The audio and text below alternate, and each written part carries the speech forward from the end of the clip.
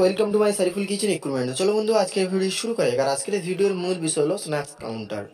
মানে এই কাউন্টারের মধ্যে নিমকি থেকে শুরু করে, সিঙ্গাড়া থেকে শুরু করে, পেটিস থেকে শুরু করে আপনি সমস্ত রকম আইটেমের মধ্যে আপনি সাজিয়ে রাখতে পারবেন। এমনকি কচুরি, জিলিপি সব কিছু আপনি এর মধ্যে সাজিয়ে রাখতে পারবেন।